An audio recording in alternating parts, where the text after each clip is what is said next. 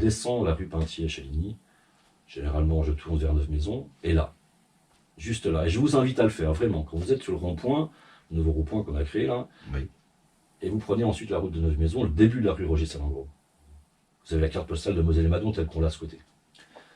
Vous avez la piscine, en premier plan, toute moderne, avec son architecture moderne, sa vague, etc. Et l'usine derrière. Et l'usine derrière. Bien sûr. Ça, la carte postale là, ça traduit, il faut savoir qui je suis. Oui. Bah, je suis ça. Bonjour et merci d'être avec nous aujourd'hui sur TV d'ici. Nous avons l'honneur, la chance, le privilège de recevoir un acteur principal de la vie locale sur la communauté de communes de Moselle et Madon, puisque nous recevons le président de la communauté de communes Moselle et Madon, Philippe Pinault. Bonjour. Bonjour Frédéric. Merci d'avoir répondu à notre invitation. Et pour celles et ceux qui ne vous connaissent pas, en quelques mots, quel est votre parcours ? Parcours à la fois atypique et classique. Oui. Je suis un gamin d'ici, hein, je suis natif de Chaligny déjà. Je le précise parce que c'est important, les racines. Donc, Oui, tout à fait. les racines, personne ne les ignore, hein, elles sont à 2000 km d'ici, elles sont au Portugal. Et en même temps, ce besoin d'être enraciné sur ma commune, à Chaligny. Et parcours classique, étudiant militant, et qui, au hasard des investissements personnels, politiques même, s'est retrouvé en 2001, il y a maintenant quasiment 21 ans, à la tête de la commune de Chaligny, puisque l'ancien maire ne se représentait pas et que, pour le coup, je m'étais représenté et j'avais gagné cette élection. Et j'ai assuré ces mandats pendant 19 ans. Je rappelle d'ailleurs, avant de commencer cette interview, que vous avez été le premier maire, enfin le plus jeune maire de France, c'est bien ça, en 2001. En 2001, en tout cas, d'une commune de 3000 habitants, oui. Chaligny, donc oui, c'était... ça nous ramène à loin déjà maintenant. Ça nous ramène à loin. J'ai perdu quelques cheveux, j'ai pris quelques kilos, c'est la vie. Ben oui, c'était une belle aventure, celle de 2001, parce que j'étais encore étudiant au moment de l'élection. J'étais par ailleurs surveillant, j'étais pion, comme on dit, au collège Jules Ferry. C'était pas trop dur d'être à la fois surveillant au collège Jules Ferry à Neuve-Maisons et d'être aussi avoir l'étiquette de maire. C'était plus compliqué pour le principal de l'époque, honnêtement, parce que je traitais les problèmes de Chaligny au bureau des pions à Ferry et je traitais les problèmes du collège au bureau de la mairie de Chaligny. Donc il y avait une confusion. Mais c'était pas inintéressant. Ce qui était surtout rigolo, c'est de voir qu'aujourd'hui, ces gamins-là, c'est des gamins que j'ai eus en 97-2000, quoi. Et aujourd'hui, c'est des adultes, c'est des parents. J'en ai marié un paquet. Hein, faut être honnête, j'en ai marié un paquet. Et puis c'est eux qui sont la relève, ceux qui sont aujourd'hui la force vive. Donc c'est plutôt intéressant de les voir grandir aussi. Ouais. Alors d'où est venu l'amour à la vie politique? Ça a commencé quand? Dans quelles circonstances? Je dois beaucoup. Enfin, c'est toujours le cliché, mais vraiment, pour moi, il a fonctionné en fait. Pour moi, c'est l'école déjà, et l'école de la République avec des instituts qui m'ont marqué, mais comme beaucoup d'entre nous à cette époque-là. Et puis des rencontres associatives. Je suis très attaché à la question de l'éducation populaire, très attaché au FJEP de Chaligny à l'époque, au Sporting Club de Chaligny. Bon, on sent qu'on m'entend hurler sur les bords de touche, mais très attaché à cette vie associative et à un moment donné, sentiment de vouloir rendre ce qu'on m'avait donné. Beaucoup à l'école, beaucoup à la sauce, et du coup beaucoup à la chose publique en fait. On est d'accord. Le tissu associatif pour vous a toujours été un facteur essentiel dans une cité.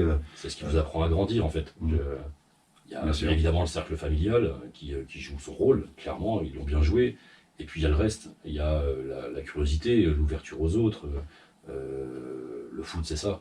Bien sûr. Au-delà des fois ce qu'on peut entendre sur le monde du foot, mais au-delà de ça, c'est la solidarité, c'est l'esprit d'équipe, c'est le FJEP, l'éducation populaire, je le redis, mais c'est la prise de responsabilité. Je crois qu'on m'a bombardé sans me demander mon avis, trésorier adjoint quand je devais avoir 15 ans, enfin, des choses comme ça. Donc c'est ça qui est intéressant, ça fait grandir. Voilà. Donc bien avant 2001, il y avait déjà ce côté du collectif, quoi.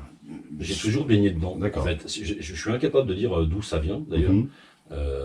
Sans doute par mon père, parce qu'il était impliqué, il était sapeur-pompier volontaire, baigné un bénévole au comité des fêtes, donc j'ai baigné un peu dans tout ça, mais je n'arrive pas à savoir si c'est ça qui m'a dit vas-y, engage-toi, fonce. Alors, c'est le fruit de plusieurs choses. Je me souviens d'une institut, paix à son âme, elle est plus de ce monde, mais la fille du domino, comme on dit à Chaligny, quoi. Oui. La fille du grand militant syndical, qui était mon instit de maternelle et qui, quand j'avais 17-18 ans, m'a amené à un meeting D'accord. politique, le meeting politique de Michel Dinet. Oui. On est en 93. On est en 93. Et parce que c'est mon instit, j'ai pas le droit de lui dire non, je sais pas où je vais, il faut être honnête. Je sais pas où je vais à cette réunion. Mais vous y allez. Mais j'y vais parce qu'elle Ouais. m'a demandé, je peux pas lui dire non. Oui. Et je me retrouve à Valcourt. Mhm. Je me rappelle, il y avait Bernard Kouchner qui était là, je m'en foutais de lui. Par contre, il y avait un gros monsieur. Oui. Il y avait un gros monsieur qui parlait que j'avais jamais vu de ma vie, et c'était Michel Dinet. C'est peut-être là. C'est peut-être là. Quel chemin parcouru depuis, puisque 2001 vous êtes maire, mais vous êtes devenu président de la communauté de communes de Moselle et Madon, regroupant, comme je l'ai dit en préambule de cette interview, regroupant 19 communes. Le plus dur, c'est quoi en fait? C'est d'être maire d'une commune ou de gérer, entre guillemets, 19 communes. Bah, les deux, mon capitaine, parce que on n'est pas sur les mêmes sujets. Oui. Quand on est maire, on est confronté au quotidien des gens, dans les joies, dans les peines. Oui. On est confronté à la problématique de la proximité, du local. Finalement, c'est assez intime en fait. Oui. Il y a un rapport à l'intime, à l'affect. Je t'aime, je te déteste. Mais c'est pas grave, mais il y a un rapport à l'affect. Une communauté de communes, c'est différent. C'est l'organisateur, c'est les grandes politiques, c'est même des politiques des fois qui sont invisibles. Ce qu'on fait en matière de développement économique, ça se voit pas. Et pour autant, c'est essentiel. C'est Bien sûr. essentiel vraiment. Les questions de transport, de mobilité, les sujets environnementaux, tout ça, c'est une communauté de communes. Mais je suis très attaché quand même au rôle du maire. Le maire, c'est le phare quand il y a un souci. Moi, je me mets à la place, vous voyez, d'un habitant. J'habite Lyon, je déménage de Lyon où... Va pour Lyon, va pour Lyon. on part pour Lyon. Je quitte le Rhône-Alpes et j'arrive ici sur Moselle et Madon, sur une des 19 communes. Je ne connais pas le fonctionnement entre la mairie et la communauté de communes de Moselle et Madon. Alors, quelle est la différence? Quel est le travail? Quelle est la limite de la mairie? Et à quel moment vous prenez le relais? Frédéric, on va essayer de faire un exercice, puisque c'est un scénario qui est posé. Je vais sur le scénario. Donc vous, le Lyonnais, Oui. vous arrivez sur Moselle et Madon avec votre famille. Ouais. On va regarder, votre quotidien. Mhm.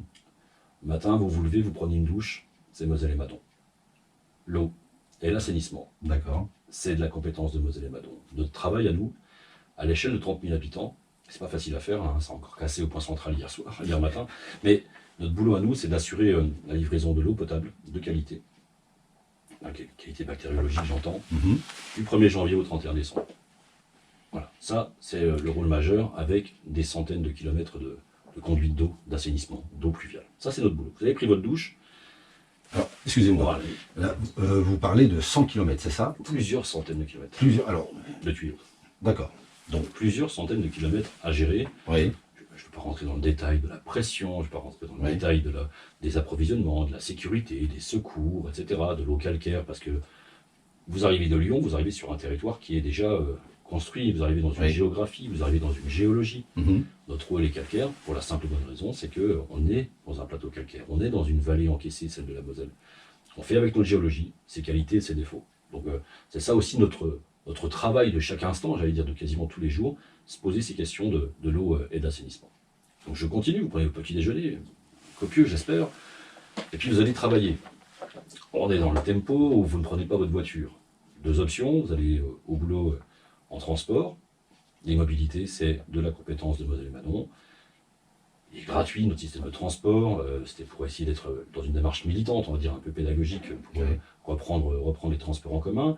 Le cas échéant, vous aurez l'occasion de prendre un vélo. Et notre travail aussi, c'est de travailler sur la déclinaison des pistes cyclables. En tout cas, c'est le projet de 2022 à 2026 de pouvoir développer ça. Très intéressant. Je vous arrête 2 secondes, Allons-y. excusez-moi. Et donc On est qu'au matin, Frédéric. On est qu'au matin. On est qu'au Alors matin. justement, prenons le temps. Nous avons tout le temps devant nous. Oui. Vous parlez de pistes cyclables. Oui. L'avenir, c'est ça. le vélo aussi. Alors allons-y. Moselle et Madon, c'est Moselle. La Moselle d'abord. Oui. Et on est inscrit dans ce qu'on appelle les boucles de la Moselle. Oui. Vous savez, encore une fois, il faut revenir sur la géologie, mais j'adore mon territoire, donc je le raconte. La Moselle vient du sud, Oui. et arrivée à Richard-Ménil, on ne sait pas ce qui lui arrive. Elle ne veut pas aller à Nancy. tourne à gauche, et elle arrive, en faisant quelques boucles, elle arrive par Richard-Ménil, par Messin, par Neuve-Maisons, Chaligny, Maron, et elle file vers Toul, et elle se rebranche ensuite, où elle reprend un chemin dit classique, à Frouard, et elle remonte vers le nord. C'est ça notre vallée. La vallée qui fait qu'on est là, que vous êtes là, Frédéric, que moi je suis là. Les Leux qui étaient là avant nous, ils ont exploité finalement, vivre au bord de l'eau et exploiter les mines de fer, les Leux du camp d'Afrique à Messin. Bon. Ouais. Et bien on est encore sur le même sujet. Ce qu'on a pu faire, et ça c'est intéressant, c'est les 100 km de ce qu'on appelle les boucles de la Moselle. Aujourd'hui, de Richard-Ménil à Maron, c'est que c'est aux Forges, le maire de c'est m'en voudrait, c'est que c'est aux Forges, et ben tout le réseau est cyclable. Et on est sur la rive gauche de la Moselle. D'accord. Oui. Il y a maintenant 2 ans, le département a investi sur l'axe Richard-Ménil-Épinal. Oui. Et donc Richard-Ménil pour nous, Méréville, Richard-Ménil, Flavigny-sur-Moselle, et on descend jusqu'à Épinal. Mais ces pistes cyclables-là ont une vocation loisir, tourisme. Ce qu'on est en train de travailler là, et notamment dès cette année 2022, c'est ce qu'on appelle les pistes cyclables utiles. On appelle ça mobilité active pour la côté techno, mais la vérité c'est ça. Moi ce que j'essaie de raconter comme histoire, c'est comment je vais au bahut en vélo, comment je vais au boulot en vélo, et comment je vais au service public en vélo. Comment un gamin de Maron, ses parents peuvent lui dire va au collège en vélo, tu es en sécurité.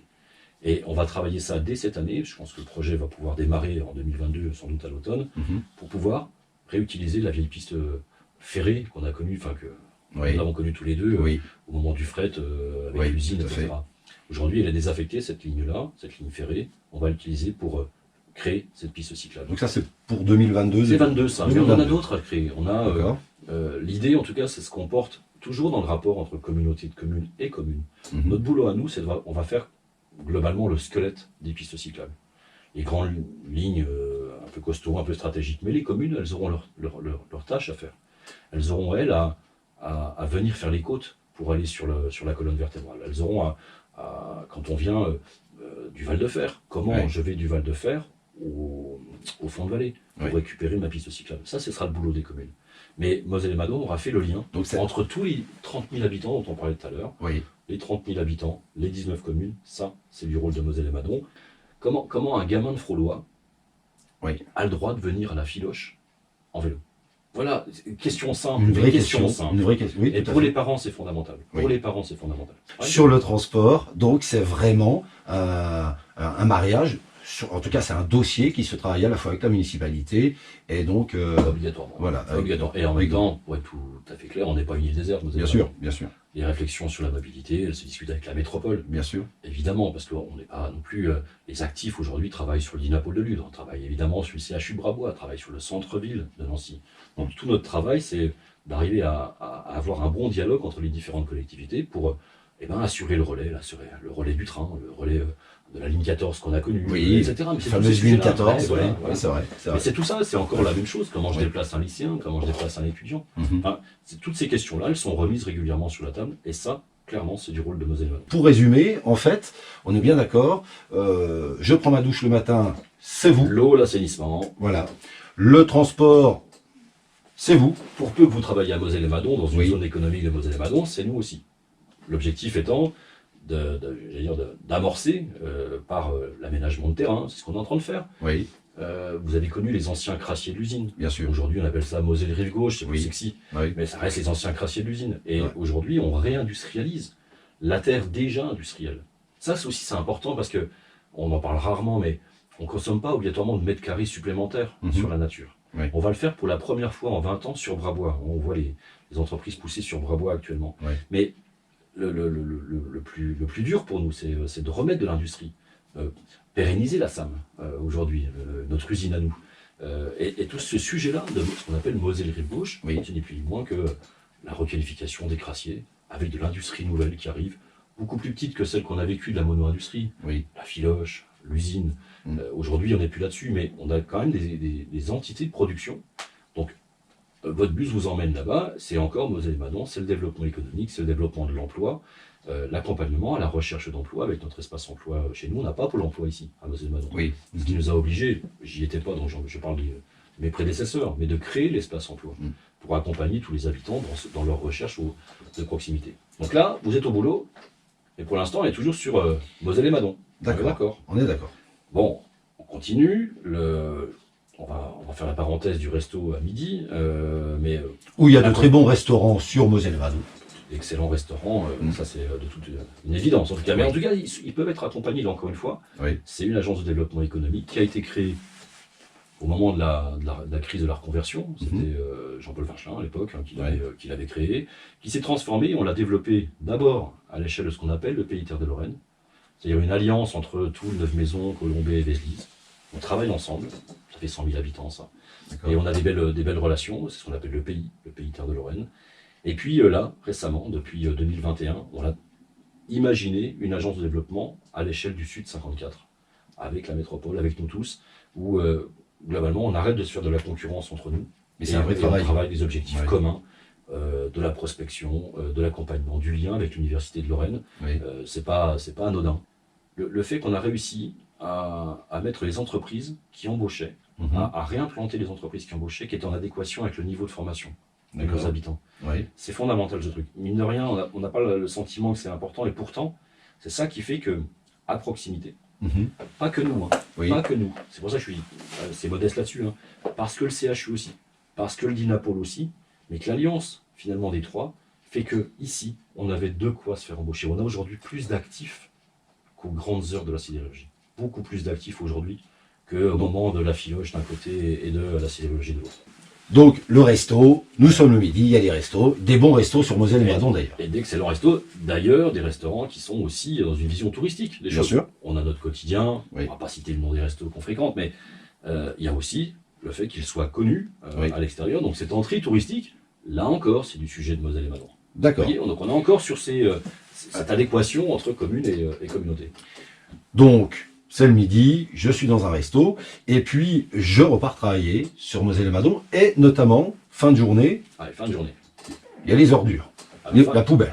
Déjà, alors, Bah oui, je quitte mon bureau. moi je vous demande de les sortir les matins, mais c'est pas grave. Pardon. Mais c'est pas grave, sortons-la l'après-midi. Ouais. Mais allez, les ordures ménagères, Oui. alors c'est pas que du Moselle-et-Madon. On s'est associé aux copains de Colombey. Donc c'est à la fois la C'est-à-dire petite commune de Colombey, Oui, 10 000 habitants, d'accord. et en fait on a rationalisé un service sur 40 000 habitants. Ok. Mais on est sur une démarche très particulière. La déchetterie, c'est Moselle-et-Madon. Oui, La pointerie sur des Intermarchés, c'est Moselle-et-Madon. Et puis tout le ramassage. Tout le boulot invisible en fait. On d'accord, se pose jamais la question, je sors ma belle dans le matin, elle est ramassée, tout va bien, bien sûr. etc. Et puis il y a le tri, et puis un outil qui a été mis en place, qu'on appelle la redevance incitative, qui fait que Alors, on juste- inverse la voilà. fiscale avec le... Juste un mot, la redevance, si vous pouvez expliquer. Alors, je vais essayer de le faire simple parce que... Moi, je suis un je nouvel pourrais prendre habitant. une heure. Oui, voilà. Ben, je vais vous expliquer en gros. Voilà, Vous êtes une famille de 4, Voilà. on va vous mettre un bac allé de 180 litres, qui oui, vaut à peu près 2 euros, on y mettra quelques centimes, qui D'accord. vaut 2 euros. Je vais vous demander de le sortir, et chaque fois que vous le sortirez, une fois par semaine, vous pouvez le sortir une fois par semaine, donc 52 fois vous pouvez le sortir, mais ça sera 52 fois 2. d'accord, 52 fois 2 euros. d'accord. Par contre, si vous faites bien le geste de tri, ce sera peut-être pas 52 fois que vous allez le sortir, ce sera peut-être 26 fois, mais parce que vous êtes un trieur normal, vous le sortirez peut-être 13 fois, peut-être 12 fois, peut-être 10 fois. Aujourd'hui, moi qui ne suis pas un grand trieur, je le dis honnêtement, je ne suis pas un grand trieur, allez, 10 fois, 11 fois je le sors. Et ce qui est intéressant, c'est qu'on a fixé ce tarif, D'accord. mais en baissant la fiscalité. Est-ce que tout le monde joue le jeu? Alors tout le monde joue le jeu. On a été très mauvais élèves, il faut dire les choses d'où Oui. on part. Oui. Très mauvais élèves. On avait des productions de déchets inconséquentes. Il n'y avait plus de campagne de tri, il n'y avait plus de pédagogie. Ça a été repris. Ça a été repris sur le précédent mandat et on a mis ça en place dès la première année. Honnêtement, dès la première année, on peut diviser par 3 le volume de tri de ce qu'on appelle dans le noir. Ce qu'on met dans le noir, c'est notre poubelle. Oui. Pas ce qu'on met dans le sac transparent, tous les produits d'emballage qui, eux, vont être triés. Mhm. Donc on a inversé les choses. On a beaucoup moins de noir, on a divisé par 3, clairement, la production du noir, enfin du déchet Ouais. ultime, celui qu'on va brûler ou celui qu'on va enfouir. C'est ça qu'il faut avoir en tête. Et D'accord. c'est intéressant aussi que les habitants sachent, Bien sûr. quand je sors ma poubelle, elle va où? Eh ben, elle va au fond de la terre, quand on l'enfouit, ou alors on la crame à l'incinérateur de l'hydre. Donc il faut bien Alors, l'avoir en ce tête. qui est intéressant, c'est que vous venez de le dire, dès la première année, vous avez vu les effets. Donc, Bien sûr. c'était vraiment nécessaire à. Largement nécessaire. Avons-nous fait le tour? Mais non, Ah, pardon, parce que vous avez sorti la poubelle trop vite, en fait. pardon. À la sortie, oui, à la sortie de votre boulot. À la sortie Oui. de votre boulot. Oui, Allez donc faire un tour à la filoche. Oui. allez faire un tour à la Filoche. Ça, encore une fois, à la Filoche ou dans le réseau de bibliothèques, on a à Richard-Ménil, on a à Méréville, on en a à Puligny, bref. Vous pouvez prendre évidemment des ouvrages, les livres, des DVD, etc. Vous pouvez assister à des spectacles. Vous pouvez aller à la ludothèque. Vous pouvez aller à l'espace public numérique. Ça, encore une fois, c'est du Moselle et Madon. Et quand on est sur le sujet, vous, le Lyonnais, Oui. quand vous arriverez à Neuve-Maisons, vous aurez des... Je vais le dire comme tel, parce que c'est comme ça que je les aime bien, les ovnis, des ovnis culturels. On a la cathédrale Filoche et on a la cathédrale Jean-Lotte. Et bien, c'est intéressant. C'est intéressant parce que sur Jean-Lotte, on va être sur du spectacle vivant, on va être sur de la production, sur de l'amateur et du professionnel. Mais en tout cas, c'est un vrai lieu de rassemblement. Sur la Filoche, dans une démarche largement différente, et ben, on est sur la même volonté, en tout cas, que d'apporter de la culture à nos habitants. Et puis après, on fera, c'est parce que vous êtes mélomane, vous prendrez un cours de guitare à l'école de musique ou de piano à l'école de musique de Moselle et Madon, qui était une école de musique municipale, Oui. Maison, qui est aujourd'hui l'école de musique Moselle et Madon. La journée est terminée. Je réfléchis. Si Justement, c'est juste pour savoir si on a fait le tour de toute, on va dire, les missions, entre guillemets, de Moselle et Madon. Oui. Entre-temps, vous n'oublierez pas d'aller chercher vos enfants à l'école, qui là, pour le coup, c'est de la compétence de la commune. Très bien. Et donc, n'oubliez pas les enfants. On n'oublie pas les enfants donc, Alors. qui sont à l'école. Comment vous travaillez, vous, en tant que président, et là je m'adresse à Philippe Pinault, vous-même, c'est-à-dire comment vous faites-vous pour pouvoir avoir cet échange-là avec 19 maires, en fait, donc c'est des caractères, des positions différentes, et comment vous arrivez, vous, à pouvoir gérer les doléances de chacune et de chacun?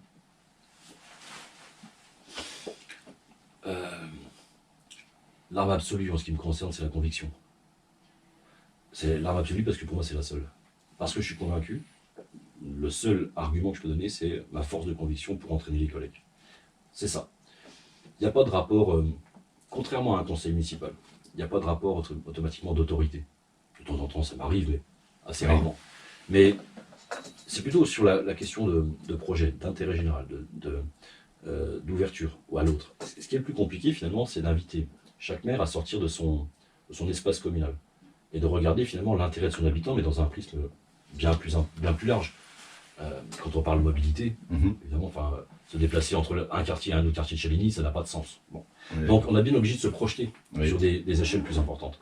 Et tout le travail, vraiment, mon travail à moi, ça consiste à convaincre, vraiment, les maires, les conseils communautaires, le cas échéant, et je le fais très, très régulièrement, les conseils municipaux, je m'invite dans les conseils municipaux, j'échange librement avec les uns et les autres pour expliquer et convaincre de l'intérêt de tel ou tel projet, de l'intérêt du projet, de ce qu'on appelle nous le projet de territoire, globalement. Il n'y a pas, honnêtement, il n'y a pas d'autre solution. On est tellement différents. Flavigny, c'est pas Marron. C'est que c'est aux Forges, c'est pas Puligny. Donc, automatiquement, on est tellement divers que ce qui nous rassemble, c'est le projet et c'est l'avenir de nos habitants. C'est que de la conviction. Est-ce qu'il est plus facile d'être président d'une communauté de communes comme Moselle et Madon sans être maire? Je rappelle, on l'a évoqué tout à l'heure au préambule de cette interview, c'est que vous avez été maire de Chaligny en 2001. Jusque 2020. Jusqu'en 2020. Et vous aviez cette double casquette. Oui. Maintenant, vous n'êtes plus maire, toujours président, hein, je précise. Oui. Est-ce que c'était plus facile avant ou est-ce que c'est plus facile aujourd'hui? On va pas faire d'introspection psychologique, mais ça dépend des sujets. Sur les sujets qui touchent au cœur du quotidien, qui sont des compétences dont on a parlé, de la douche à la filoche tout à l'heure, oui, ça peut être plus difficile. Ça peut être plus difficile. Ça, c'est l'évidence. Mais en même temps, le monde a changé. Et les collectivités ont changé. Celles et ceux qui croient que son village, sa mairie, sa ville peut tout faire, se trompent. Le monde-là n'existe plus. On peut le regretter ou pas, je ne rentre pas dans le débat, mais il n'existe plus. Et donc, on est bien obligé d'avoir, malgré tout, des représentants. Des citoyens qui décident de s'engager. C'est ça un homme politique au final, c'est pas autre chose. Bien sûr. Qu'un citoyen qui dit moi je veux prendre la responsabilité de la chose publique. Eh bien, les sujets sont tellement vitaux et importants qu'on a bien besoin de ça, et bien besoin d'y passer du temps. Sincèrement, je pense que sur la fin du mandat précédent, la dimension communautaire a pris le pas. L'intérêt majeur de la petite commune a pris le pas sur l'intérêt sans doute, du prisme chalinéen. Ça c'est l'évidence. Et je le dis pas à regret, c'est un constat, parce qu'il fallait le faire. Quand aujourd'hui, je vous dis, je parle du port, de la problématique de l'import et de l'export, pour sauver nos boîtes, pour sauver notre emploi local, que je suis obligé d'emmener ça sur des visions d'exportation mondiale, que je m'intéresse à la question des approvisionnements en ferraille, Oui. Du débat entre la Turquie et les États-Unis, parce que ça va impacter notre cuisine, etc. On est vraiment sur des sujets vraiment fondamentaux et qui se jouent avec du lobby politique, du lobby ministériel, et ce temps-là, cette énergie-là, elle est mise d'une manière cachée. L'habitant ne le voit pas. L'habitant va voir le maire à la kermesse, à la brocante, etc. Oui. L'habitant ne va pas voir le travail d'un président de comité de commune qui est sur d'autres échelles. Elles ne sont pas meilleures. Je ne dis pas que c'est mieux ou pas mieux. C'est autre chose. C'est pour le invisible. quotidien. Mais ça agit sur la question du quotidien. Vous savez, on parlait tout à l'heure du début de votre journée, Fred, la douche. L'eau, c'est fondamental. Mais vraiment, c'est fondamental. On a ici, là, au Val de Fer, un potentiel énorme. Oui. Quand on parle d'environnement, quand on parle de la planète à préserver, etc., ma flotte, elle vient de là. Bien sûr qu'elle est calcaire. Je suis le premier à me faire engueuler quand la bouilloire est entartrée. Bon. Mais n'empêche que c'est notre eau. Et ça, c'est du travail invisible. J'ai un vice-président qui travaille corps et âme sur le sujet-là. Vraiment, quand on a une station d'épuration à une usine, parce que c'est une usine, la station d'épuration, pour éviter qu'on envoie nos saletés directement dans la Moselle. Tous ces sujets-là entraînent énormément de temps, énormément d'énergie pour comprendre les process, pour les mettre en œuvre, les développer. Ça, c'est du travail invisible. Et c'est ça le côté un peu frustrant, si on doit comparer entre le boulot du maire et le boulot de la communauté de communes, c'est que le maire, encore une fois, il est tout à la fois à portée de baffe et portée de bisous. Le président de commune, il est loin des baffes et loin des bisous. Alors quand vous vous levez le matin, qu'on s'appelle Philippe Pinault, qu'on est président de la communauté de communes de Moselle et Madon, on a le poids de 19 communes sur les épaules, 30 000 habitants, avec un budget, on peut le dire 45 millions d'euros. 45 millions d'euros. Quel est quand vous rasez le matin, quel est le sujet le plus difficile que vous avez eu à traiter jusqu'à maintenant en tant que président? En tant que président, on a vécu, alors c'est à la fois des excellents souvenirs et des chocs par le passé qu'on a assumé. Quand le préfet de Meurthe-et-Moselle, c'était le préfet Maille à l'époque, me téléphone et me dit j'ai besoin de vous, l'État va démanteler la jungle de Calais. Assez rapidement, humainement, j'allais dire, avant même de poser le débat politique, humainement, tu dis, je suis votre homme, quoi. Enfin, évidemment, on va faire. Évidemment, on va faire.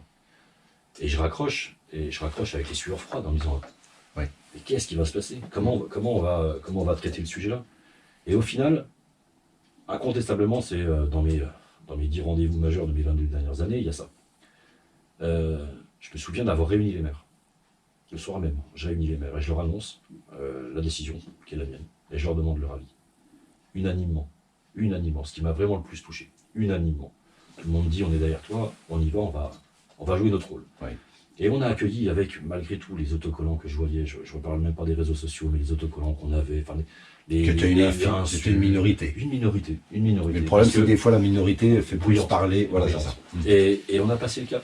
Et on a accueilli, je m'attendais à récupérer des Afghans. Du coup, j'ai récupéré 60 Soudanais. 60 Soudanais. Ils ont été reçus où? À quel endroit? À l'INRS. On les a logés à l'INRS, là où il y avait l'hôtel, l'hôtel de formation. On les a reçus. Mais ça, c'est quelques nuits blanches. C'est quelques nuits blanches parce que ça touche à l'humanisme, à qui on est en fait, clairement. Donc, je l'ai dit, j'ai répondu par réflexe au préfet. Mais après, d'ailleurs, on s'interroge, attention, comment ça va se passer? Et on a mis tout en œuvre pour que ça se passe bien. Et j'avais dit d'ailleurs à l'époque à la presse en disant, mais dès qu'on n'en parlera plus, c'est qu'on aura gagné. Dès qu'on n'en parle plus, c'est que c'est naturel. Et c'est devenu naturel en quelques semaines. Et l'élan de générosité que j'ai pu vivre ici, avec des habitants qui n'étaient pas parmi le cercle de mes amis au début, mais qui finalement, parce qu'on partage au moins cette humanité-là, vous ont aidé ça avec nous. Ça, c'est important. Mais si vous voulez l'anecdote la plus plaisante, quand je me lève le matin, j'allais vous poser la question. Après m'être rasé, je descends la rue Pintier à Chaligny. Généralement, je tourne vers 9 maisons. Et là, juste là. Et je vous invite à le faire, vraiment. Quand vous êtes sur le rond-point, le nouveau rond-point qu'on a créé là, Oui. et vous prenez ensuite la route de Neuve-Maisons, le début de la rue Roger Salengro. Vous avez la carte postale de Moselle-et-Madon telle qu'on l'a à ce côté. Vous avez la piscine, en premier plan, toute moderne, avec son architecture moderne, sa vague, etc. Et l'usine derrière. Et l'usine derrière. Bien sûr. Ça, la carte postale là, ça traduit, il faut savoir qui je suis. Oui. Bah, je suis ça. Vous avez sur votre gauche la filoche, que j'ai eu la chance de pouvoir créer, la filoche. Et devant vous, sur votre pare-brise, vous avez, c'est quoi Moselle-et-Madon? Moselle-et-Madon, c'est ça. Travailler pour l'usine, travailler sur l'histoire du passé à développer pour l'avenir, et puis la piscine. Ça, voilà. Il y a un début, il y a une fin, comme dans Oui. toute belle histoire, C'est vrai. et que vous êtes élu. Alors justement, moi, j'arrive, je travaille tous les jours, je ne m'occupe pas du système politique, Tout à fait. j'ai pas été spécialement brillant à l'école. Donc, comment, alors le maire, on sait comment il est élu, comment vous êtes élu, vous? Alors, c'est assez compliqué d'ailleurs l'affaire, parce que et les habitants, ils ont du mal à comprendre ça, légitimement d'ailleurs. Et l'épisode de 2020 en est le témoignage, mais Oui. vous vous faites élire. D'ailleurs, personne n'élit le maire, hein, je rappelle. Les habitants Oui. ne votent pas pour le maire. C'est le conseil municipal. Voilà, ils votent pour un conseil municipal qui après se réunit une semaine après et élit son maire et ses adjoints. Et ben on est à peu près sur le même système, c'est-à-dire que on vote pour le maire, on vote pour les adjoints, et puis on a ce qu'on appelle des délégués communautaires. Et ça vaut pour Moselle-et-Madon comme pour la métropole, mais partout d'ailleurs, le Grand Lyon, tout pareil. Oui. Et donc, à l'issue, généralement ça prend 3 semaines, un mois, le conseil communautaire est installé. On installe les conseillers communautaires qui, en leur sein, avec des maires et des conseillers communautaires, élisent leur président. C'est ce qui s'est passé. Alors moi je suis un peu une exception, mais j'ai déjà eu 3 élections de président. La première était malheureuse, puisque c'était malheureusement au décès d'Annie Villa. J'ai D'accord. appris que j'étais son premier vice-président.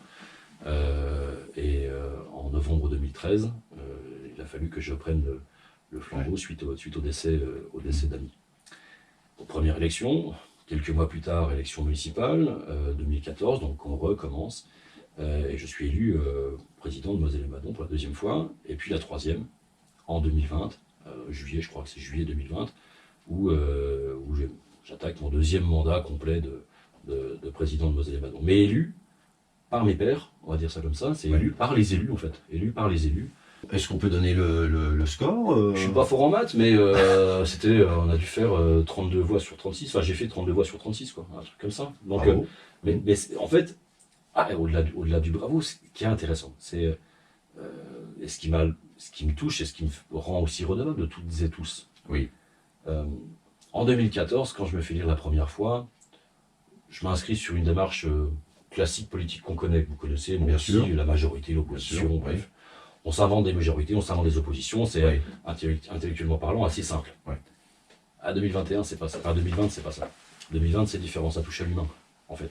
C'était ça qui était le plus touchant, parce que au soir de l'élection municipale de Chaligny, c'est mes collègues qui sont venus me chercher. Et ça, c'est chouette. Parce Ça, que c'est le fruit, c'est pas un pari, c'est un résultat. C'est pas la même chose. Et c'était le résultat de ce qu'on avait vécu entre 2014 et 2020. Ce qui explique le score de 32 voix sur 36. Mais, Un beau score. oui, mais surtout, ça rend redevable vraiment du caractère pluriel. Évidemment qu'il y a 9 maisons au milieu. Évidemment qu'il y a Chaligny avec son histoire. Mais il y a Martemont et ses 45 habitants. Il y a Bien sûr. Tello sur Bien son sûr. volcan. Il y a Viternes avec sa problématique Oui. forestière, le village sûr. là-bas. Puligny, l'extrême, Flavigny et l'OHS. Enfin, 19 histoires radicalement différentes, 19 histoires, mais un futur commun. C'est ça le challenge. Je me permettrai quand même de vous poser une question. Vous n'êtes pas obligé de me répondre. Je réponds à tout généralement. Bon, alors écoutez, Allons-y, on n'est pas là. allons-y.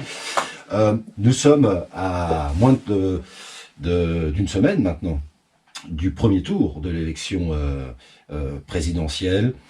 Et on voit bien aujourd'hui, les médias en parlent, il y a un désintérêt total des électeurs aujourd'hui sur cette élection présidentielle. Ça vous inspire quoi, vous?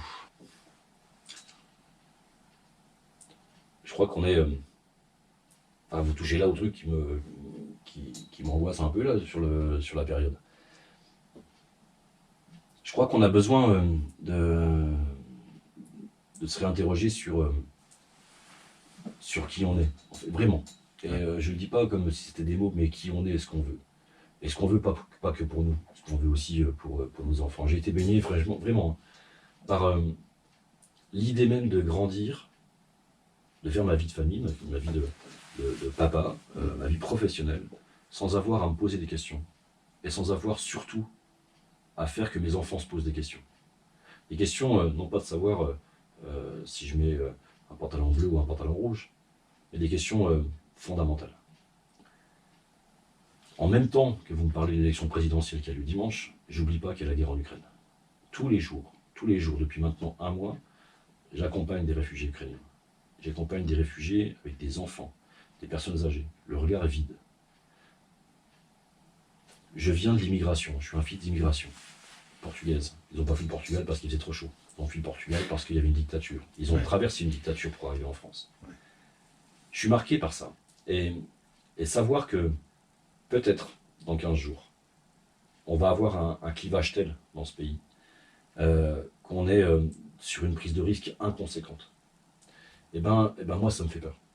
Je me fous de savoir, moi, il n'y a pas de suspense. Membre du parti socialiste, j'ai été socialiste, militant socialiste, et je crois encore à l'idée là, dont acte. J'allais vous poser la question. Mais je suis, et ce que je vous disais tout à l'heure sur l'épisode de la jungle de Calais, elle a à Moselle-et-Madon, j'entends, elle a reposé les deux jalons. Ces deux jalons, ils fixent vraiment les bornes du contexte républicain dans lequel on travaille. Le jour-là, le jour du vote, quand je leur ai demandé leur avis, quand j'avais dit oui au préfet, je leur ai demandé leur avis après, on a fait corps parce que c'est la famille républicaine qui s'est retrouvée. La droite, à gauche, sans débat. Et ce qui s'est exclu, c'est ce qui dépassait les jalons, tant à droite qu'à gauche. Ils se sont d'eux-mêmes exclus. Tant qu'on est dans ce monde-là, jalonné, bien marqué avec les différences. Je ne suis pas de ceux qui disent que tout est tous beau, tout est égal. C'est pas vrai. Je crois que c'est important de continuer à militer quand on est plutôt socialiste, quand on est plutôt républicain, enfin en tout cas du parti actuel. C'est pas grave ça. C'est pas grave. Le débat, la confrontation politique n'est pas grave. Mais quand elle est jalonnée, quand ça déborde, c'est l'inquiétude et l'aventure. L'aventure est trop risquée. J'ai pas envie de jouer quand on me raconte ce que me racontent les réfugiés ukrainiennes là, j'ai pas envie de jouer, quand bien même il y a 0,01% de chance de risque, j'ai pas envie de jouer cette carte-là. Et donc, dimanche, je suis inquiet. C'est la responsabilité du politique, mais c'est aussi, et tant pis, je le dis, la responsabilité du citoyen. Responsabilité du citoyen qui doit s'interroger justement, se reposer la question de qui on est. On est en France. J'entends les problématiques qu'on vit aujourd'hui autour du pouvoir d'achat, j'entends les problématiques de je fais mon plein, j'entends tout ça.